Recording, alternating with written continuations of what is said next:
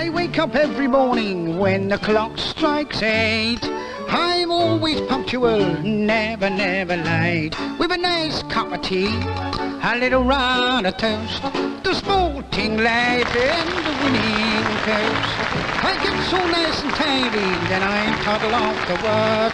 I do the best I can. Still I'm only doing what a bloke should do, 'cause I'm only a working man.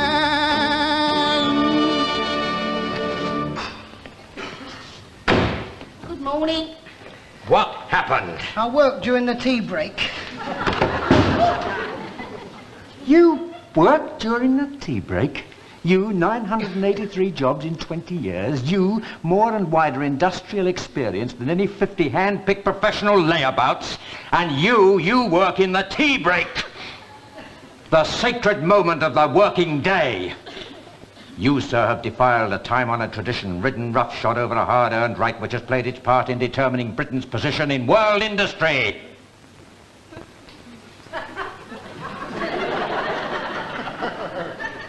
Pardon? You worked during the tea break. They all did. They all did, Mr. Wicketard, they all did. Be that as it may, the fact still remains that you, of all people... They couldn't have. They did. They did. I tried to stop them and they wouldn't listen to me. 1 minute we're all working away at our machines, printing away. They print some lovely things at Cooper's. Great big posters, one saying, life is better with our lot, all in red. Then the other poster saying, oh no it ain't, all in blue. Then they do the things what go inside the Christmas crackers, you know. Q. Why couldn't a viper bite her nose? A. Course the Addo had the handkerchief.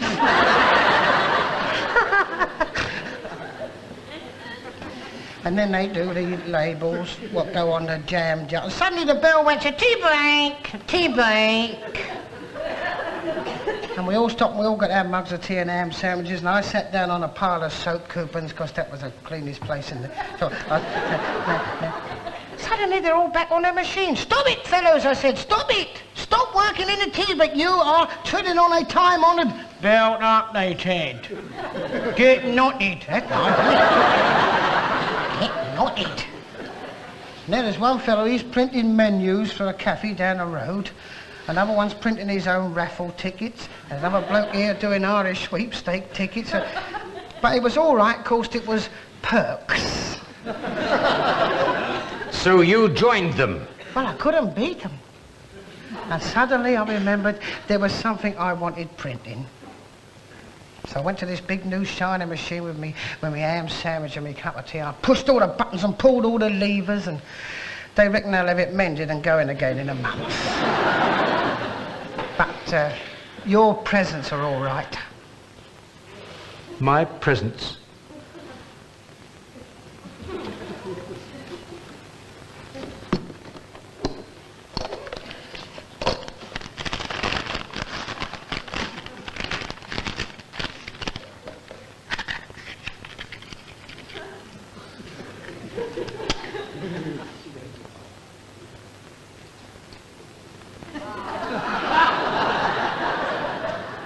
Happy birthday to you, happy birthday to you, happy birthday dear Mr. Wickerton, happy birthday to you.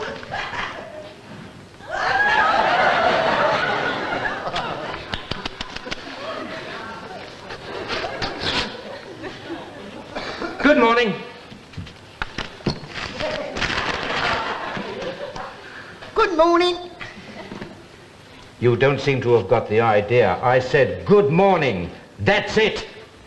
That's it? Well, that's what? What's it? What? That's it. I give up.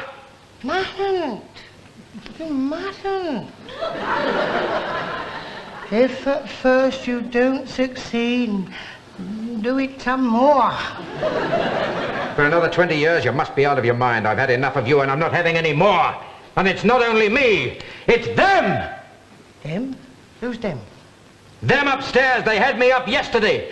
They've worked it all out, you know. Did you know that in 20 years they have paid you in unemployment benefit the grand total of £1,776 10 shillings?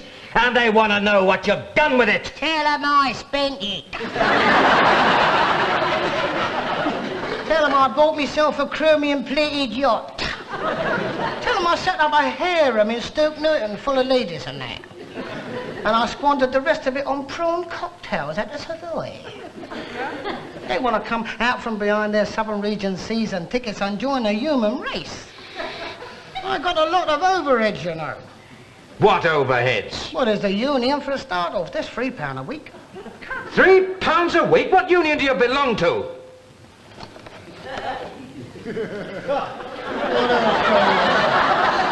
There's the weavers and the spinners, there's the fitters union, National Union of Agricultural Workers and Farm Assistants, the ACTT, National Union of the Tailors and the Cutters and the... But there's getting on for 60 union cards here. You're a member of every one? The Boilermakers, yes.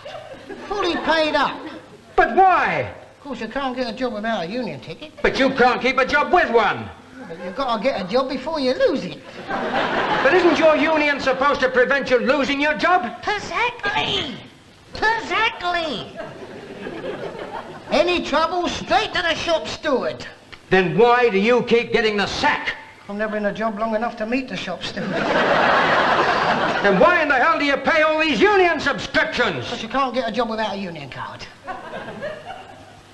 You're a puerile, pettifogging, pulsating little parasite. Pardon? You're victimising me. That is the victimising operation. And I shall report you to my union. Which union? All of them. The Union Elections, the Allied Trades, the Transport and General Workers Union, the National Union Armed Forces Allied Workers, the Printers Union. Which union you in? The Clerical and Office. Bravo. The movement is in danger. Workers of the world arise and unite. The paper flag is flying high, beneath its folds will live and die. Cowards rant and traitors yell, keep a red flag flying high. All together. The people's flag beneath its folds will live and die. Let cowards rant and traitors jeer.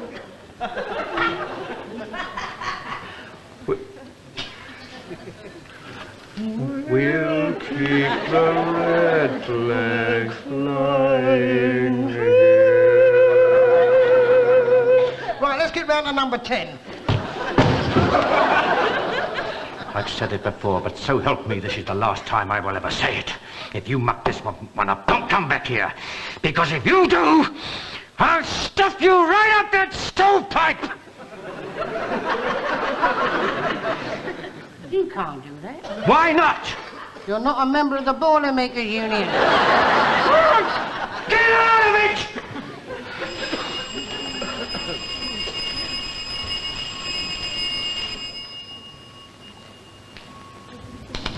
Leslie, hold the line, please. I'm putting you through. Thank you. Good morning, I'm Charles Drake, casual labourer at Weybridge, come for the job of the vacancy. Oh, yes, Mr. Drake. Mr. Chitlin is expecting you. You can go straight in. It's just along the...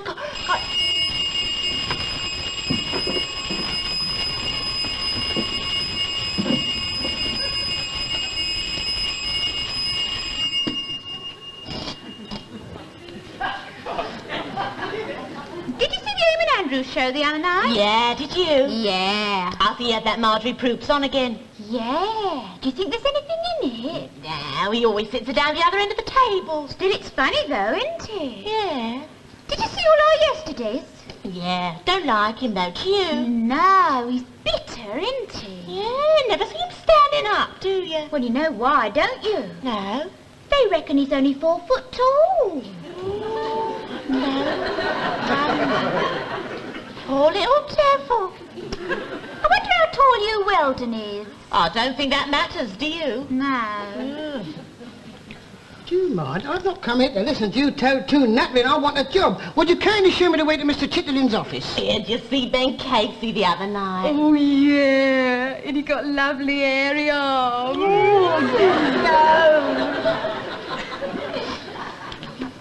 Did you see Ready, Steady, Go? Yeah, I like him.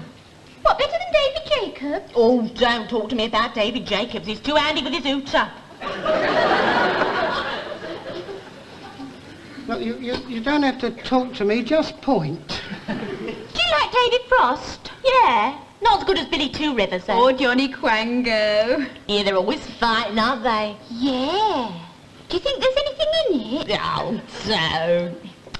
Did you see Morecambe and Wise the other night? Yeah, like him. Didn't like her. What about Max Bygraves? Too old. How about Harry Seacombe? Too fat. Norman Vaughan? Too thin.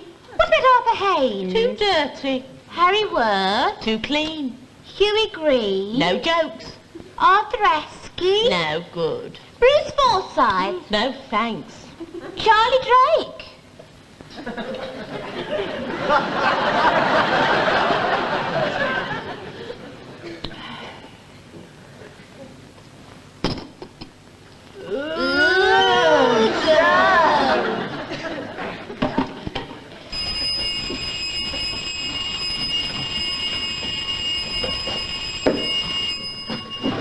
Just along the corridor, second on the left. Thank you, Maurice Wiggin. And Philip Purser. You wasted 10 minutes of my time and 10 minutes of the firm's time. It's people like you who get the labourers of this land held in ill repute. I shall report you two to Mr. Chitterling. You can tell him what you like. That was our tea break. And we don't work in our tea break. No, and if you think you're going to come here and work through a tea break, you better think again. The union would have you out before you could say Dusty Springfield. Oh, darling.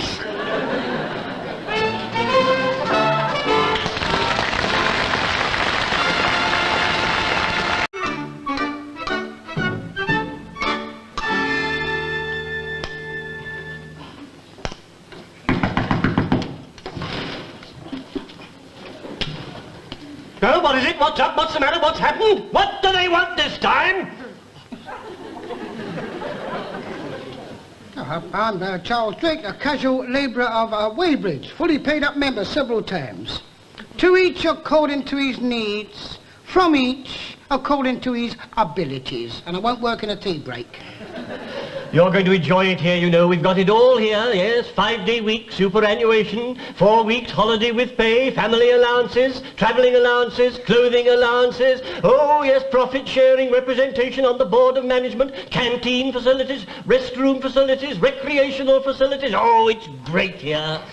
To each according to his needs, and from each according to as he damn well feels like.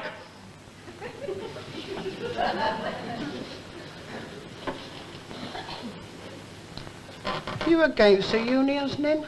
Oh, no, what have I said? No, my dear fellow, no, of course not. I think the unions are a magnificent organisation. You can't fight us, you know. Oh, I don't. I wouldn't. No, I was one of the first to go under. To have them here. Once a very long ago before they were stuffing the little boys up the chimney pots, you know. Yes. No, quite disgraceful. I spoke against it at the time. How would you like to think about your children down the coal mines pushing those coal trucks with their bare feet, then? Oh, yes, I know. Of course, they are at school at the moment, but the holidays are coming up, and I expect we'll be able to... Look what Disraeli did to the Czechoslovakian black pudding makers. There they were with their banners akimbo and...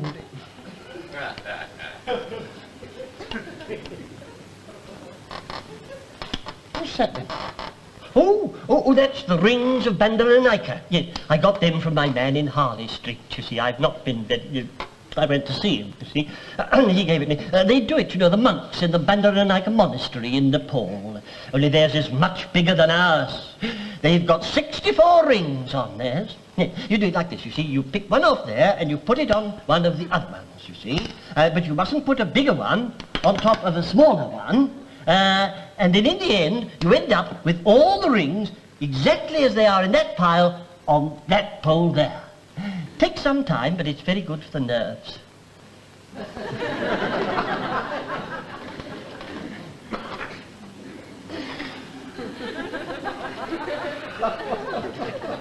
Lee.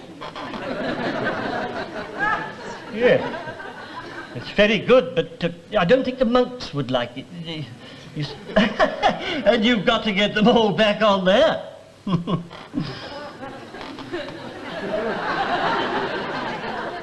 Well, yes, that's very good. Now, I don't think the man in Harley Street would like it very much, you know. The way he explained it to me, you see, you've got... Oh! There's the centre pole. Yes, you've got to get them all on the centre pole.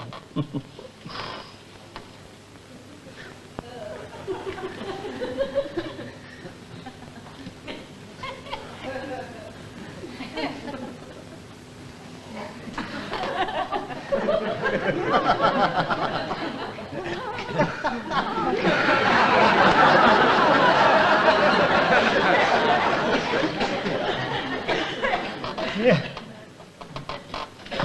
Did you hear that? what? Nothing! Nothing? You sure you're going to the right bloke, mate? It's all gone quiet. They've thrown the switches! They've thrown the switches again! It's no good, Mr. Chittenden. I can't budge 'em. It's old Bill Hoskins in the paint shop wants his dirty money. But he doesn't get dirty since I put the new machines in. Oh, that's hardly his fault, is it? Do you imagine that I can afford to put in £40,000 worth of new machinery because I'm going to save 25 shillings dirty money from Bill Hoskins? Do you think that I could go to the board of management and say, look, gentlemen, we can afford £40,000 on new machinery because I am going to pinch 25 shillings out of Bill Hoskins' pay packet? As a matter of fact, we do. And we think it's a damn shame that you should retaliate in this high-handed fashion to our legitimate demands. Very well. I'll put the old machines back again. Or would you rather I hired a small boy to throw paint at him? Thank you very much. I will pass your remarks on to the men. Oh, what am I saying? No, Mr. Parker, please. No, don't do that. It's just a mistake. I'm rather upset, you see. It's no good. I thought we could discuss this like two reasonable men. But your attitude leaves me no alternative. No. Just a moment, brother. You're out of order. Who the hell are you? Charles Drake, Casual Labourer Weybridge, fully paid up member many times.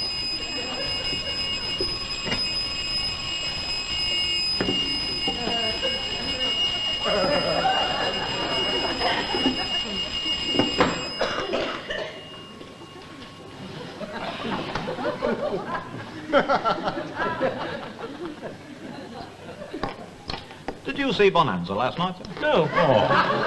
That Os Cartwright's a big un, isn't he? He thumped a bloke last night, down here landed him up on our living room carpet. Stop! Oh, my earache. But he didn't really hit him, you know. Didn't really hit him. He sort of goes like that and just stops. What are you talking about? I heard the thump. That's done with sound effects, you see. The noise you heard come from behind the camera. That was little Joe thumping old man Cartwright. Little Joe wasn't in it last night. Well, that's why he was thumping the old man.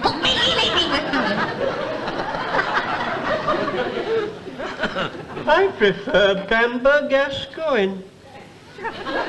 Bamber Gascoigne? Oh. I'd rather not talk about Bamber Gascoigne, if you don't mind. Why not? He seems a very nice chap to me. Oh, well, be that well as it may be. Oh, wait a minute. Have you heard something? I'm saying no more.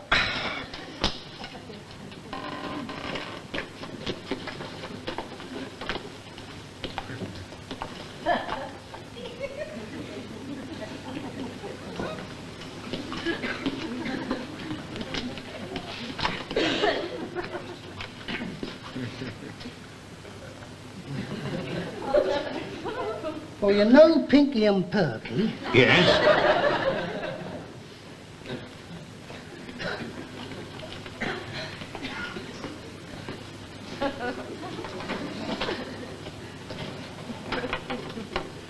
They're worked by a couple of Czechoslovakians. You wouldn't think so from the front, would you?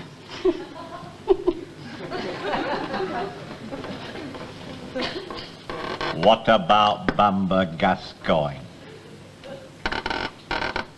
If there is anything, we as viewers have a right to know.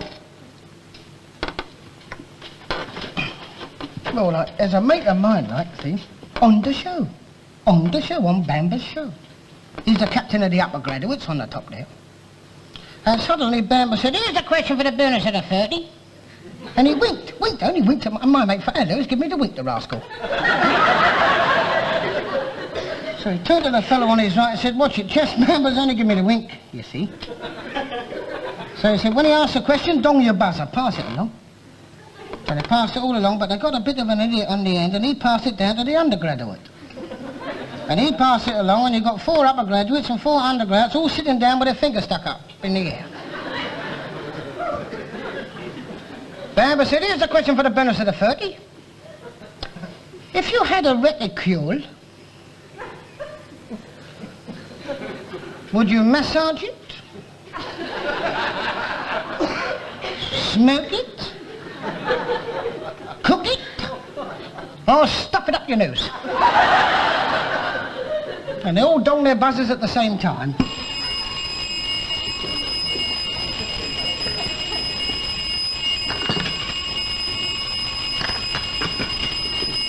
What do you mean I'm out of order? Exactly what I said. You forgot the 1962 negotiations on the redistribution of the dirty money, Scarborough Hall, 18th of December. Hey! I said. Now, wait a minute, brother. Wasn't that rescinded at Blackpool last year? Oh, indeed it was rescinded, but the rescindant was declared null and void on a recount. And when the question was put, it was defeated on a show of hands by 26 million votes to 14. Which means that you're out of order, and Bill Hoskins stands about as much chance of getting his dirty money as Bernard Levin at an impresario stagnate. Is he right? I'm afraid he is. Ha! Splendid, that's splendid news. Right, now then, you go down and tell the men. Well, I said, Coco, I've got a wife and 6 kids to think of. You want to see that lot down there? They are baying at the time clock. You go and tell them. Not my department. You're the spokesman. You brought the problem up. You take the answer down. I'll tell you what I'll do. I'll make a bargain with you. I'll face the men. You tell Bill Hoskins. Me? Me? Tell Bill Hoskins? After what he did to me last time? Oh, come on, that was 40 years ago. It's changed a bit since then, you know. How do you know? Nobody's been down there since then. Oh, well, you can't blame him, can you? Not after what he did to you last time. I'll tell you, I'd rather go 3 rounds with us, Cartwright. Well, I'm not going to tell him. Well, I'm not going to tell him. Somebody's got to tell him.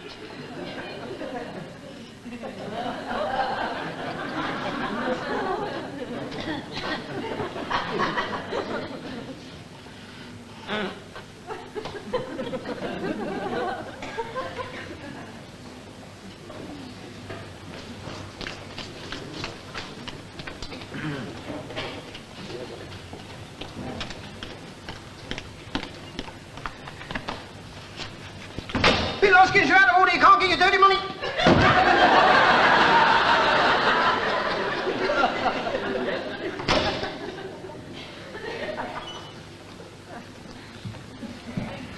Help! Bill Hoskins got me in the penny shop. Get the shop steward.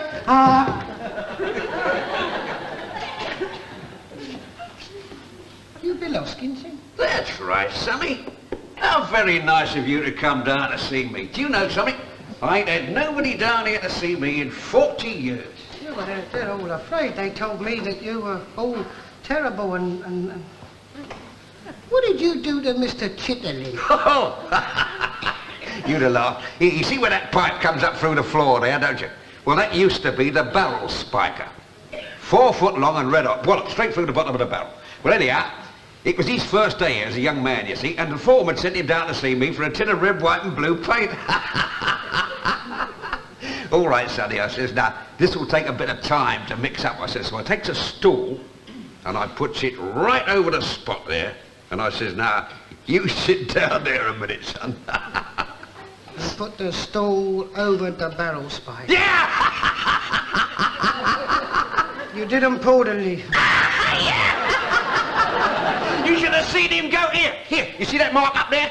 Well, that's where his head went through. And there he hung, a kicking and hollering. Oh, you'd have laughed.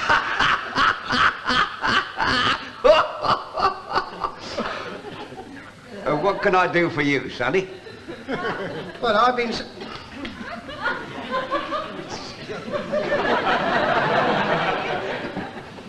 Well, I've been sent down here to tell you that your dirty money is null and void. But I've been drawing that money for nigh on 45 years. Can't help that, you're definitely out of order. Well, I don't know how I'm going to tell the missus. It'll break her heart. Still, if that's the way of things, she'll just have to go with that. You're quite right. The unions cater for the masses, and the individual must be subservient to the cause. Have to go without what? Australia. Australia? Yes, you see, my boy, he got married just after the war, and me and the missus have been saving up to go out and see him. He's an only son, you know, and she thinks the world of him, she do. He ain't done too well over there, poor little fella. He's trying hard, you know, but, well, things just ain't going right for him, you know. Ah, well, that's it, isn't it? One minute you're on top of the world, and the next, wallop. Everything goes from under you.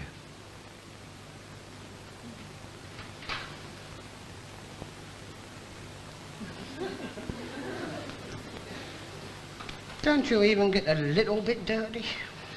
It's all gone. Oh, there must be some dirt around here somewhere. No, I've looked. There's not a bit in the place.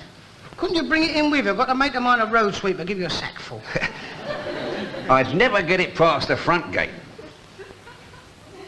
Oh, nip outside and have a roll up and down the yard. Have you seen the yard? It's worse than what it is in here. Tell you what, get a bucket of paint and I'll splosh you with it. God bless you, Sonny, I ain't seen a spot of paint since they put this lot in. It's all running round and round inside these here pipes.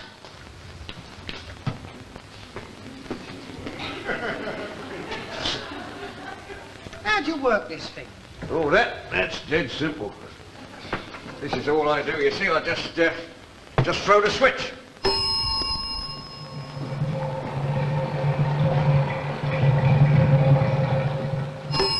Now, that's 100 done and not a mark on me. And the paint all goes round these pipes. That's right.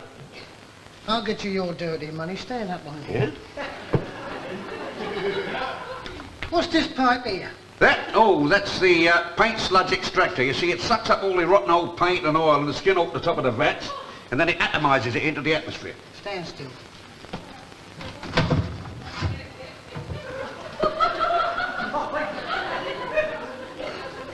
What about these three here? Blue paint, red paint, and cellulose fixer. Lovely.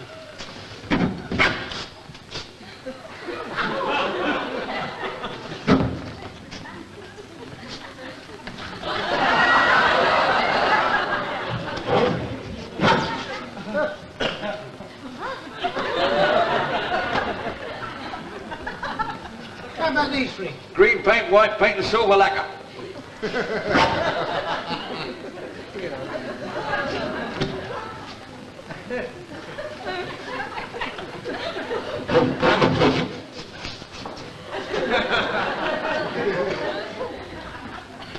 What's in this one? Fillers. That one? Thickness. Hey, Thompson.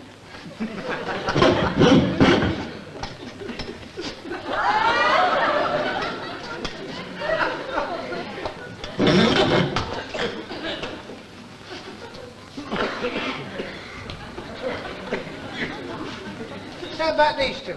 Ultramarine primer and black walnut varnish.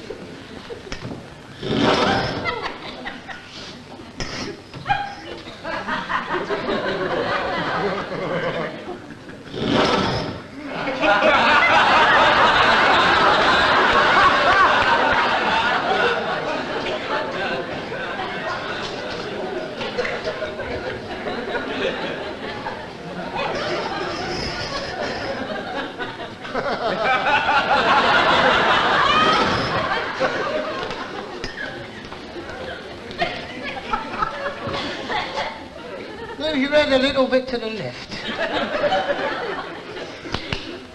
That should do it. Right, pull the lever. What with?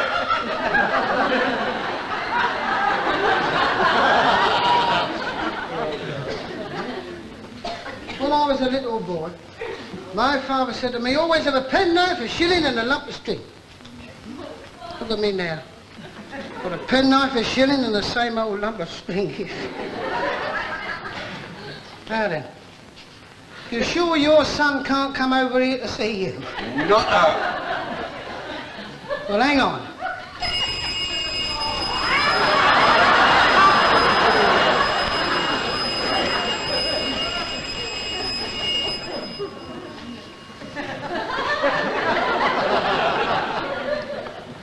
What do you think of Huey Green, then?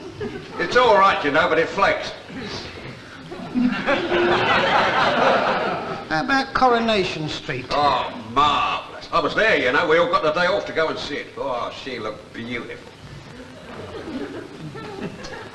What about tonight? Well, I shall just nip into the boozer, a couple of games of darts, a couple of pints of beer, straight out to Michigan. Did you hear about Bamber Gascoigne? Yes, and good luck to him, I say.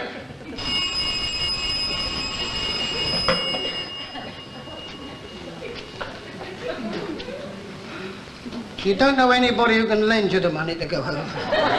Not a soul. Well, remember, this is for your own good.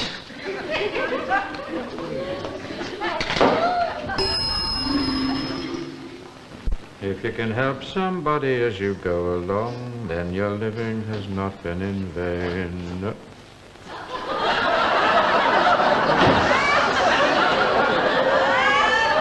What's happened to you? I've never seen anything like that in all my life. You wait till you see Bill Hoskins. Bill!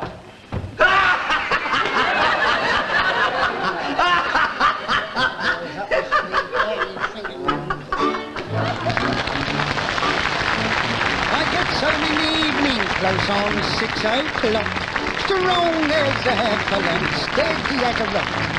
I has a piece of that, kicks off both my shoes, and settles in the corner with the daily news. I just